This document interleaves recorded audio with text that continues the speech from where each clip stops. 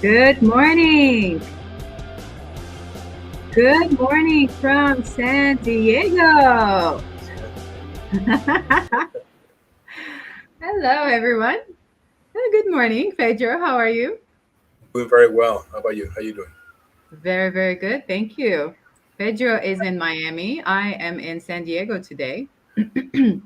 Welcome, everybody, to Coffee Time with Marie Tercia CPA. As you can see, my voice is a little bit gone. So I am in San Diego today because I have the honor of joining ADP board of advisors. And so last night we had a gala, and I was talking to so many people, awesome, awesome accountants, and we had such a great time. And so my voice is a little gone, but with that, so I really want to welcome everyone. Those of you who are returning to the show, welcome back. Those of you who are new, give us a thumbs up or a hands up in the chat so we know you are new. Always, I encourage you, everybody, please go ahead and subscribe, like the channel or the page that you are watching us on. We are going live every Thursday at 10 a.m. Eastern Time. Today, right now, it's 7 in San Diego, so I had to wake up super early for you guys. And so we go live on LinkedIn, YouTube, and Facebook. I am your host, Marie Torossian, CPA, and CPA. Um, I'm an experienced auditor and a CFO.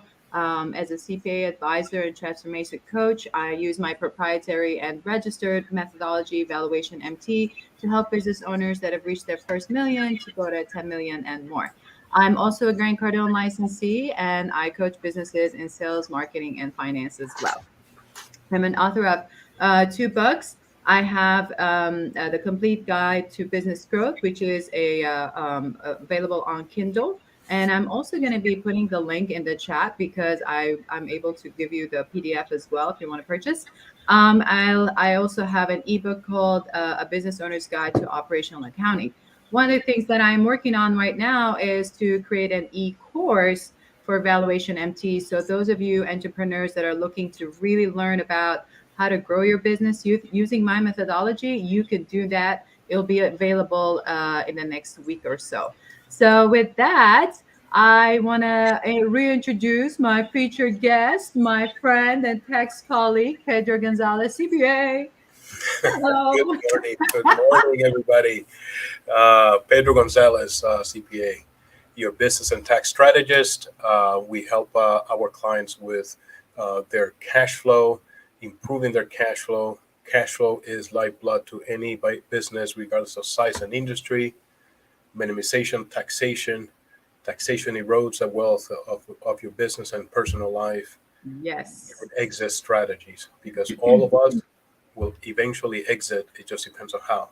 So developing good, solid strategies to exit in a way that generates a strong cash flow, and number two, at the least taxing way. Yes, absolutely. Yeah. We have Sarin, who's always joining us every show. Welcome back, Sarin. I really love having people around. And then if you are coming back to watch us or anytime you're here, please make sure to put some notes in the chat if you have questions. And so, just a quick summary of what we've covered in the past. And we've talked really, really incredible information we've been giving out. We've talked about self-employment. We've talked about tax rates, tax due dates. We've talked about tax planning. We actually did a full series on this. We've done partnership agreements, buy-sell agreements. We've talked about entrepreneurial mindset. We've talked about employee tax retention credit, everything you can think of. So please make sure to go back and look at some of the other episodes if you haven't been with us. Last week we specifically talked about some of the mistakes that can really mistakes in tax that could really cause big problems, and that's something that was really great. Pedro gave us 10 different mistakes, so go back and check that one as well. And then today, we actually wanted to cover a couple of questions that came in. So we are super excited about this, and I'm going to actually read it right from the my phone. Um, Okay, so this was a question that came to me from a friend of mine, and he asked, I have a client, I'm not going to say where, that wants to sell his investment property and pick up another one. The problem is he's only owned this property for 18 months, and he wants to know if it's possible to do it as a 1031. Do you think it's possible to do a 1031 exchange on this? So here we go. Our questions coming in, and I love it. So we're gonna cover your questions. Send them in. So this was the first Okay, question we very want to good. cover. Very good. Let's go. Let's give it. Let's give it a good stab on this Let's do it. one. Yeah, yeah. Well, let's see. 1031. Well, the short answer is yes. I mean, again, keep in mind that with the limited information I'm giving, the best understanding that we can provide to this question. But I like the fact that people are sending questions. Yes. But the short answer is yes. Now, the part of probably why the mention of the 18 months, Mm. and one of the concerns at the when the 1031, uh, when there used to be a section 1034 for the residential, when you sell the capital gains on sale of principal residence, used to be section 1034, and then it got changed to section 121. Now there was for principal residence, there's this limitation of the 2 years and five, the 24 months in a 60 month period. But there's no such thing really for section 1031. What happens is, okay, again, why the 18 months? Because it's probably that people have heard of when somebody starts flipping the properties too frequently, then you might become or consider to be you're kind of in the business of trade of selling properties. You know what I mean? So then, and in that case, the section 1031 will not qualify, meaning that by itself, that event that just happened will not preclude that person from doing it. But if this person goes and the if this individual is flipping properties on a regular basis, then it will not qualify. Got it. So I guess that's the short answer, based on just taking that one event and just simply Right. just the fact that you sold it within the 18-month period by itself will not preclude you from doing it, as long as, again, it is actually an investment property, meaning that this individual in fact treated the property. And I think that it mentions investment property, so if it is an investment property, then Right. there should not be any problem. Got it. So the best thing in these cases is, like, and it's great that you guys are sending questions, and we can only answer to a certain degree because we don't know all the details. So Right. we can only answer to a certain degree. But then, the best thing is to always schedule time to discuss more details specifically to you. But yes, we love having those questions. Send those questions. Yeah, like you said, we have within those limitations, we'll answer to the best possible. Now, I will still encourage this individual to talk to the tax preparer, whomever is assisting them, Right. to potentially look any other potential issues that we're not aware of. You know what I mean? Yes. That could actually or might affect the transaction. Yeah. Yeah, absolutely.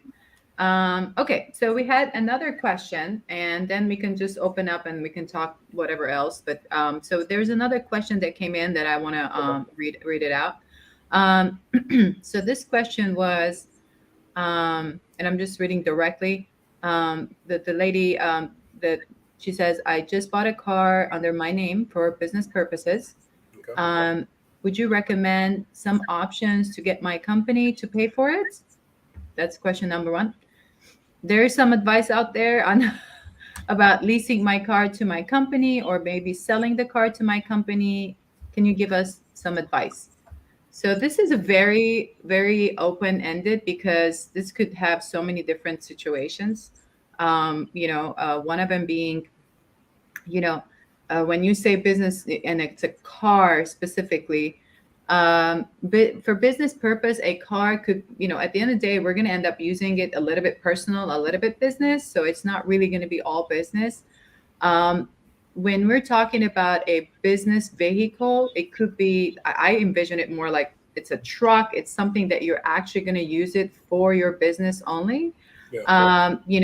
For example, you are doing delivery, so you're purchasing this specific truck or whatever it is to do Yeah. delivery, and that is all you're doing back and forth. Mhm. Then you can do that. You can definitely have the business pay for the truck, and you're only doing delivery with that truck. When you have a car, but you're driving from your regular, let's say your home to your office, from your office to your client, or whatever else you're doing, it's always going to be somewhat of it. Mhm. It's going to be personal. So and it has a tax effect too, right, Pedro? Like it's not only just having the payment part, but it's also a tax situation as well. Yeah. Yep. And that is why, again, you have to evaluate. I know there's a lot of information out there on the internet. Yeah, I mean, which is good and it's bad because unless you know how to discern it, how to apply it to yourself, people can Right. put themselves in trouble. Not to say that everything out there is wrong, is that you have to read it in the context of how it was written and Right. who was it addressed to, and then you need to be able to discern that, to extract information from that, that then okay, that applies, or how does it apply to me. So, with vehicles, the issue becomes is, as you said, it's not only that do you use it for business, because most people will say yes, I use it for business. Is how much, percentage Right. wise. I mean, what is the percentage of use of that vehicle? Now, some industries, for example, like you mentioned, the pickup truck. You own, let's say, for example, a pool cleaning business. So you Right. buy yourself a pickup truck, either new or used, and you use it to haul your cleaning equipment. You probably Right. have like a compressor, and you load that into your truck, and then to go on cleaning and whatever. So Right. I'm carrying my chemicals, whatever I need to do to clean the pools, and I use Yes. it to go from home to home as I do my assignments, and then I drop it back home, where then I unload, and then I have my potentially my second car where I then do Right. errands. Now, it is also possible that in that case, that scenario, that the individual may stop at I don't know, at a Walmart and pick up something personal, but the mid is so minuscule that it's almost like True. it's not going to make a big impact on is this 100% or not. Now, the problem is when you see that uh, if it falls below 50%, then it's not, you're not going to find a lot of benefits. Might as well just get some miles out of that. So you want to reach a point where it's 50% or more to be into the, for example, section 179. You want to take bonus appreciation and so on. Right. Right. So Exactly. that's another thing. It's not only the business, what percentage are you using, and then even when you're below that 100%, then that means that there's an allocation that has to be made between personal and business. And how you're gonna determine that personal business is gonna be miles. That's why, regardless if you're gonna do business, actual expenses or mileage, you should track your Hmm. miles. Because mileage is going to determine then the use of that asset.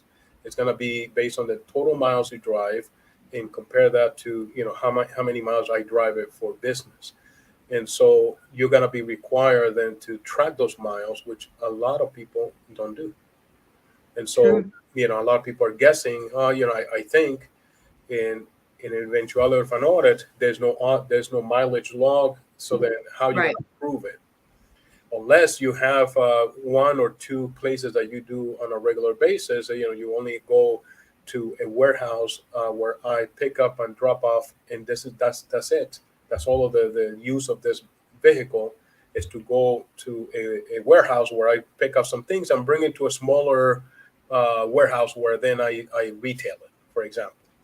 And so Yeah. the only thing I do is I go back and forth between those two places. Well, I do this 3 times a week, Marie, and it's 20 miles. I gotta go to Doral and go to my big warehouse in Doral, and it's so many miles to go over there, pick up my stuff, and bring it to, I don't know, Miami.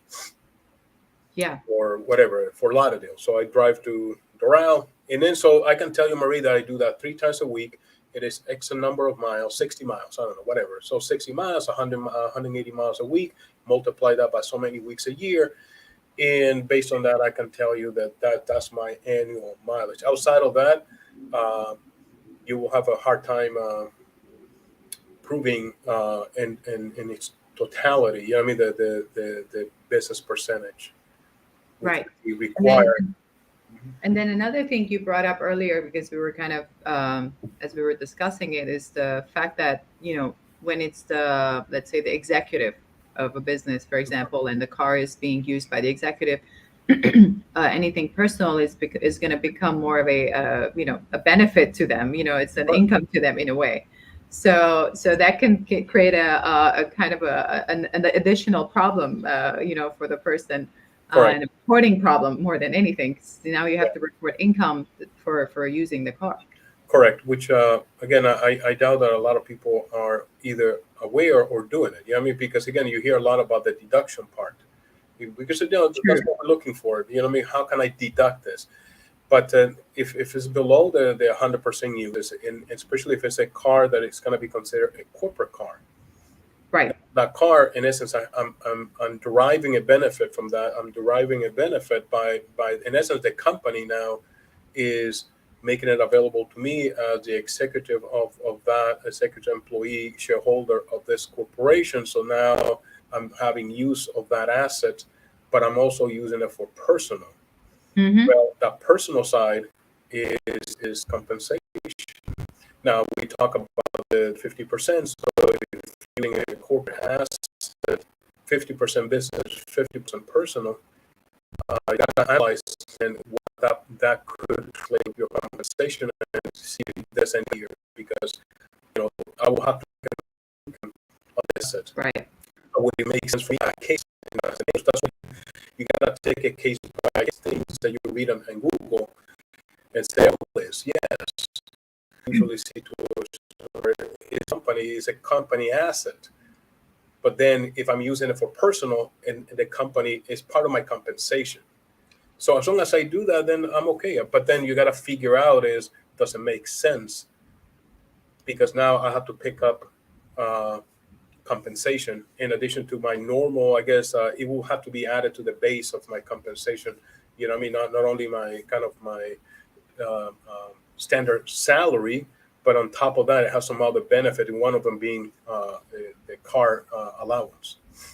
Yeah. Yeah. Absolutely. And then, in other situations, I know a prior client had this question to me at some point where, you know, they, they're in the medical field and they asked me, can I just buy a a boat for myself and just put it for under the company? I'm like, so what's the business purpose for it? What are you going to do with it?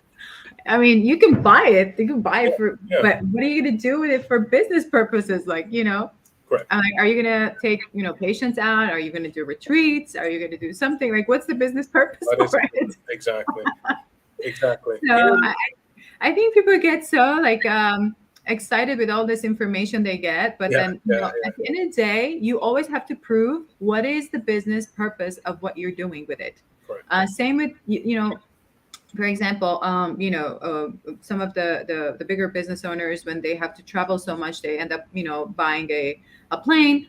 Why do they buy the plane? They're not buying the plane for their personal vacations. They're buying the plane to do business, because while they're on the plane, they're still working. Correct. So it's all about the business purpose. Exactly. It has to be the business purpose behind it. And the tax deductions and all that, it's still going to have to be tracked. Everything is tracked for business purpose. Yeah. No, that's So a good example that you brought up, the airplane, for example. And yeah. yeah, people look around and see these people, flashing their airplanes and all of that, your private jet and all of that. But you have to, in essence, how do I make this to be deductible? You know what I mean? Yeah. So as long as you document that, most likely a lot of people have their private jet. It's not just to flash it on Facebook and Instagram. It's there is a benefit efficiency Yeah, I mean, instead of Right. waiting in line and going through, it's just the efficiency of business because I need to go to point A to point B. And so I'm in Miami, I gotta be in Los Angeles. I can hop Right. on my private jet and end up in Los Angeles, get my meetings done, and then hop back on my plane and haul back to Miami so I can have dinner with my family and Right. at the Exactly. end of the day. So that is you can put there what I'm using for specific meetings. I'm not going, I'm using it to go skiing and unless again I can make it into a business trip. Yeah, I mean, Right. I'm going Right. to Vail, but I'm taking Yes. with me XYZ individuals where we're going to discuss business. We're going to see, Right. collaboration. There's a reason why we're going this time to Vail.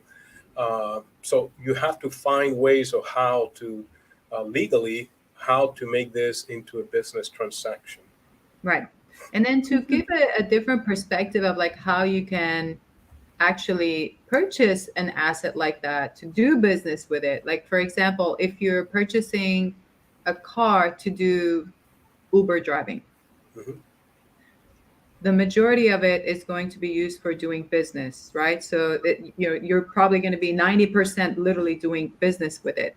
So you might want to purchase it under, let's say, a business name, an LLC or something like that. Yeah. But it's still going to have some personal usage. Just always think about that. Just don't worry about all these different thoughts and ideas put out there. It's always going you're just always going to have to prove the business purpose of it. Hmm. Yeah. And there's so many different ways of doing that. Let's say another example is just thinking through. Let's say you buy a boat, you want to charter the boat out. You put it under the business, and you charter a boat out. If or the same thing, you purchase a plane, you're a pilot, you purchase your own plane, and you just want to you know take people here and there. That's private jet. You can do that. You want to fly for yourself. You're going to have to pay yourself back. Maybe you charge yourself for your personal time of use, and instead of having income reported, you can just pay it back, kind of as if you used it from the business. So you become the customer of your business. There's different ways of doing it, just to make sure Yeah. you track it right. Yeah, exactly. Just to make sure to you track the use of that Yeah, asset in this yeah, vehicle, a plane, a boat, or whatever. yeah. Um, I personally would not. I think in the message that you read mentions about leasing the car back to the. Yeah, that's I weird. personally would not.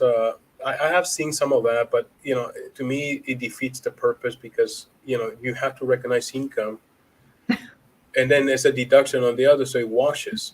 So Yes. where is really the benefit here? You see what I'm saying? I've seen that, and so I don't think that people are thinking through it. Like I have seen it also done with where people are saying, instead of the home office deduction, leasing or renting the space to your business. But again, you have to recognize rental income, and then the expense it washes. That doesn't make. Yeah, it doesn't. It Yeah, doesn't. No, and it creates more work too. I mean, for the person tracking, you have to track all of this. You're gonna have to create what invoices to yourself, and then it's yeah, just yeah. it doesn't make sense to do all of that. No, no, no. There's other ways to do it. You can deduct it through your company. But and again, like we were discussing, is making sure you documented the business purpose of this vehicle Right. and make sure that you have good record keeping of that, and based on that usage, then you get a derive a benefit from that. Otherwise, what you can do is simply track the miles, and do some kind of reimbursement based on the usage of your car, where you submit, Right.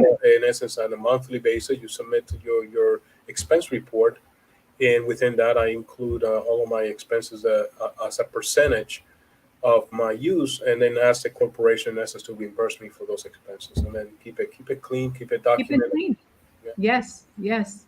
I think there's just a lot of creative writers out there that are, just putting information out there, and there's just a lot easier and simpler way to keep things clean and auditable. You want to stay right. focused on that. You want to make sure that whatever you're doing is definitely audit ready, and this is something we've talked about before. Uh-huh. All your record keeping, everything has to be done clean and audit ready, because if it anything, anytime they come after you, they don't want this complicated stuff. No, It's gonna no, no. The be a big IRS, red flag. I tell Big red people, the IRS is attracted to dirt. And what I mean by that is when it's messy. You know what I mean? They are attracted to that. So you want to keep it as clean as possible. Don't muddy the waters. Don't make it. You know what I mean? There, that's the last thing you want is to make it flag. too messy, too no. Yeah, keep it clean. For the miles, because I've been asked about that, is how to track it. In Mm, today's technology, we are blessed in a way that there's apps all over. I mean, yes. the one that I like is Mile IQ. Yeah. Yeah. It's very easy to use. It's Hmm. very easy to use. Provides up to me clean reports on that. Again, and it's very simple because then at the end of the year, I can generate a report, or I can send it to Marie. Here's my usage. Yes. I mean, it's done. And I think QuickBooks also has a QuickBooks track. Self-Employed. Okay. QuickBooks Self-Employed does have that. It does track it. Yeah. And then if someone's using QuickBooks online, and you can just literally record it. Let's say if you're doing it, you can manually record it. I don't think it does the auto, but for the self-employed version, it does track it automatically. Okay. So yeah, Yeah, it's like there's my life here. multiple. Yeah. Yeah. So, but just ask. I mean, I know there's the same with the receipts, for example. Yes, Like for you're incurring going back to the use of your car, and you're incurring expenses on that car for business. Receipts. That nowadays there's apps out there that you scan the receipts. And yes. Just send it in. done. I mean, and you can link a lot of them can be linked to your QuickBooks. I even QuickBooks also has their own uh, Yes. receipt scanning. That it takes it directly into your QuickBooks, so it simplifies your life, keeps it clean, and Mhm. you have your documentation right away. Yeah, and you don't have to keep a shoe No, box of receipts. no, please.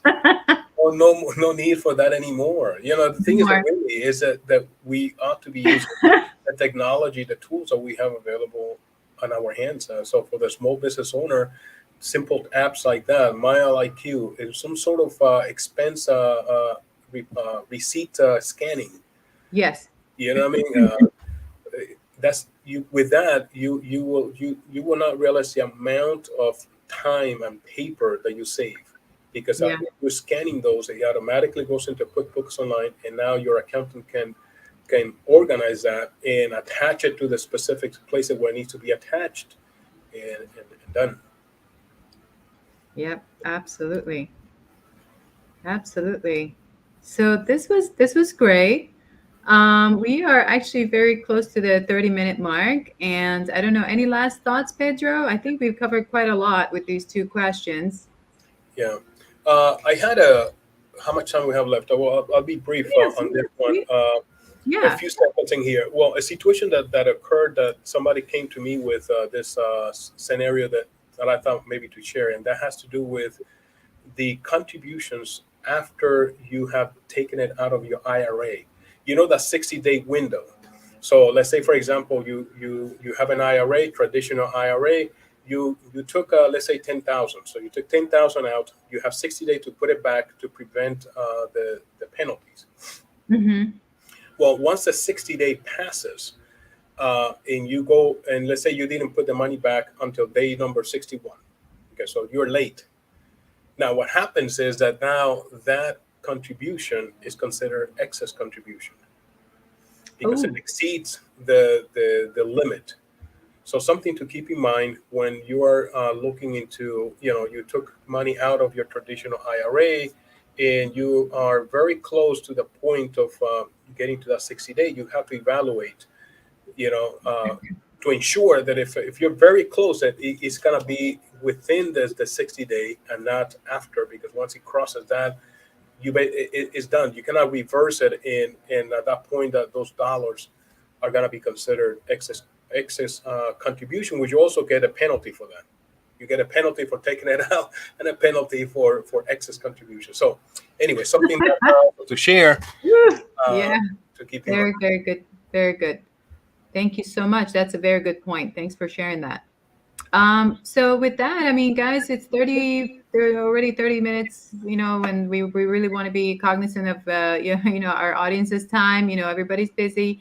I'm very happy that you guys send us some questions. We are Yes. always ready to answer more questions. Feel free to send us via email or, at Marie at marietorresioncpa.com. You can send me the questions, and I can we can answer them together here Yeah. at the next episodes. And of course, I always leave you guys with a quote from motivational speaker Jim Rohn. You are the average of the 5 people you spend the most time with. I hope we are the 2 of the 5 people you are spending your time with to learn and grow your business. So, with that, I wish you a wonderful rest of your week. And until next week, have a great one. Okay. Take care. Bye.